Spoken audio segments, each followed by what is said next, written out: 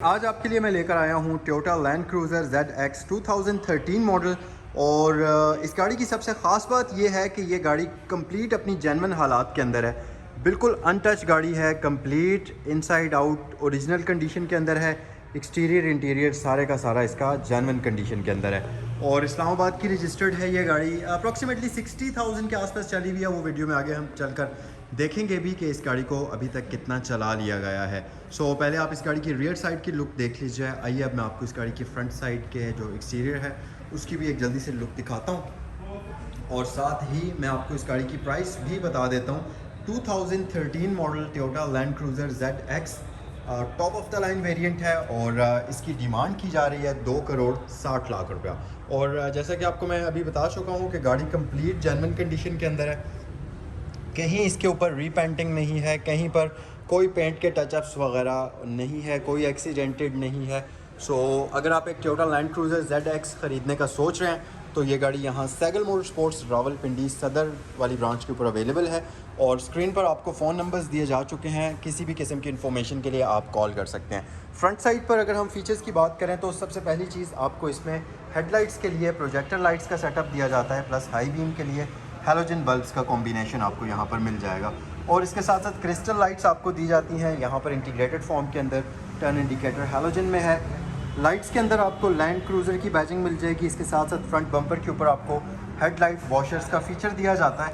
थोड़ा सा अगर आप नीचे आ जाएँ तो आपको फॉग लैंप्स नज़र आ रहे होंगे बम्पर के ऊपर और उसके नीचे आपको फ्रंट पार्किंग सेंसर्स का फीचर दिया जाता है और इस गाड़ी को मॉडल इस्टा की बॉडी किट प्री इंस्टॉल्ड है। फ्रंट ग्रिल की अगर हम बात करते चलें तो यहाँ पर आपको इसमें रडार वगैरह का सेटअप मिल जाएगा टोयोटा के बैज के अंदर। उसके अलावा फ्रंट ग्रिल इसकी हॉरिजॉन्टल शेप में आती है और क्रोम का कॉम्बिनेशन आपको यहाँ फ्रंट साइड पर इसमें मिल जाता है। और इसके साथ साथ अगर हम साइड पर आ जाएं तो ये आप देख सकते हैं जी, इस गाड़ी की इंतहाई मैसिव 20 इंचेस के सिल्वर कलर के अंदर रिम और इसके ऊपर टायर जो है 285/50 का है। टायर की कंडीशन बहुत अच्छी है, नीट एंड क्लीन है।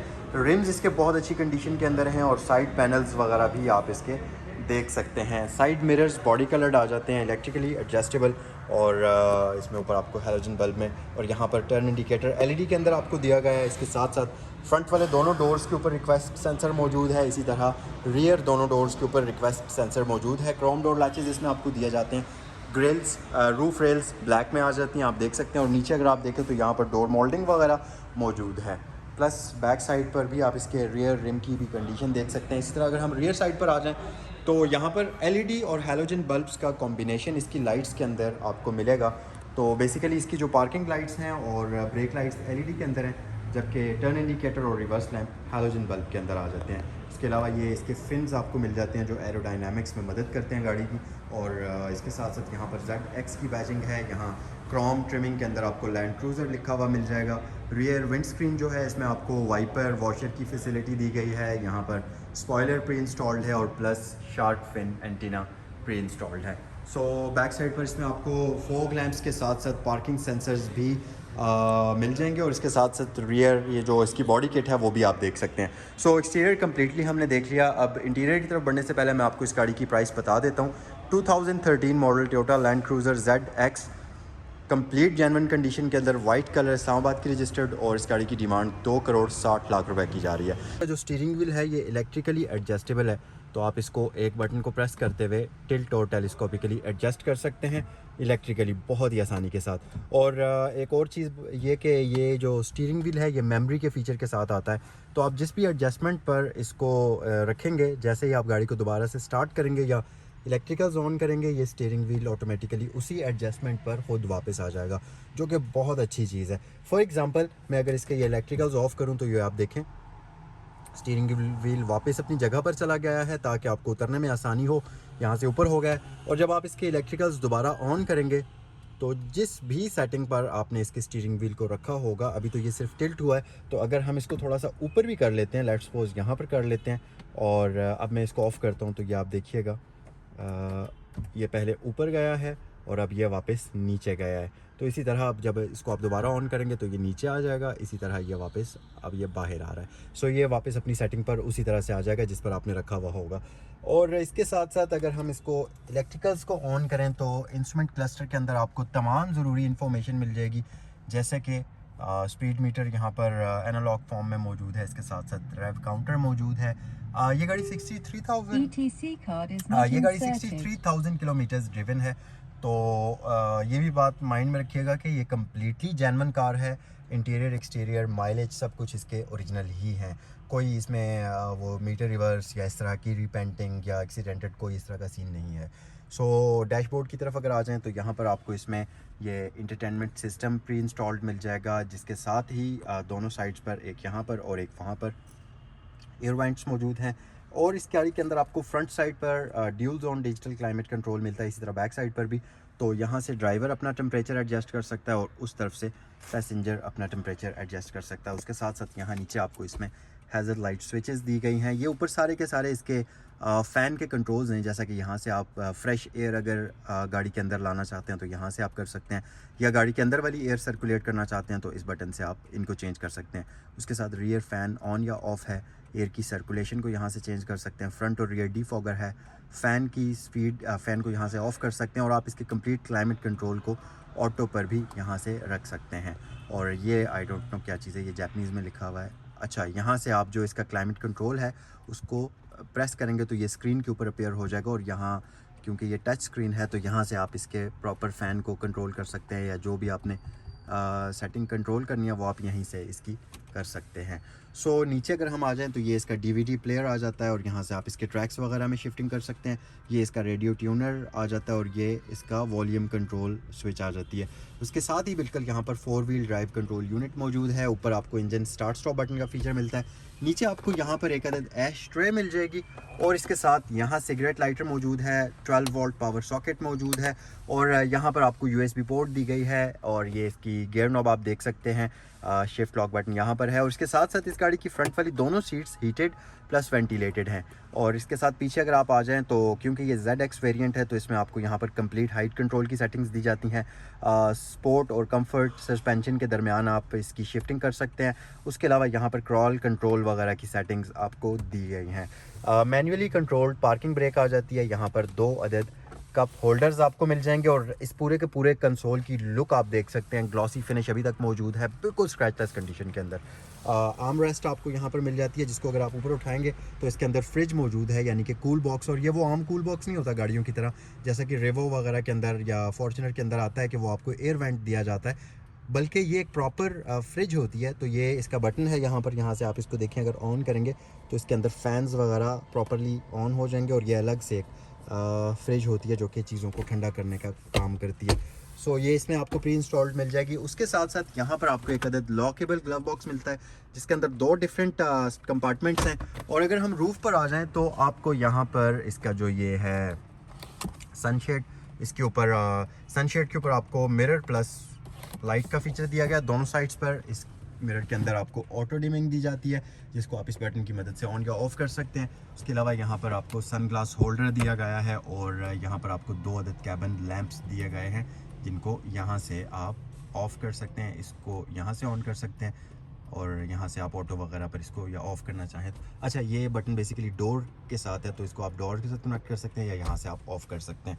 सो गाड़ी के फ्रंट साइड पर आपको पिलर्स पर भी एयर बैग्स दिए गए हैं, और स्टीयरिंग व्हील पर भी दिया गया है। फ्रंट जो इसका पैसेंजर है उसके लिए भी डैशबोर्ड पर एयर बैग दिए गए हैं।